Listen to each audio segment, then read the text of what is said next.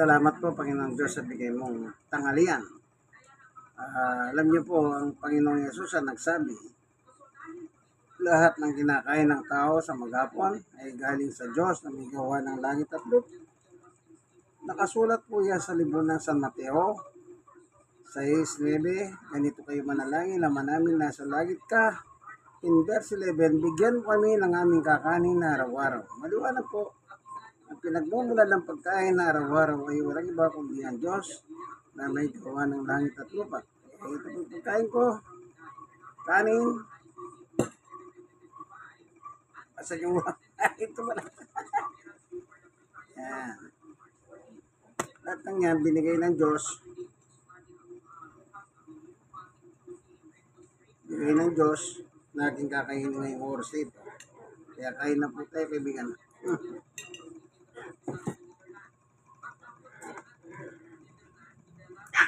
Hmm.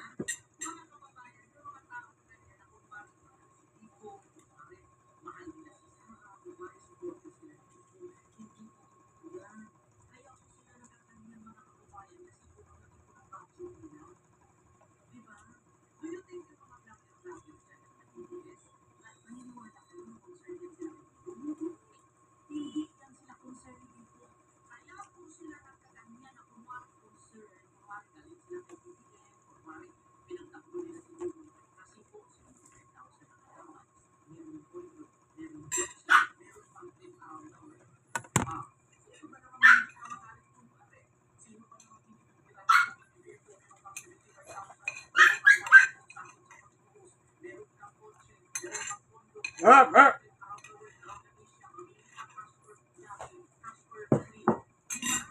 Ah.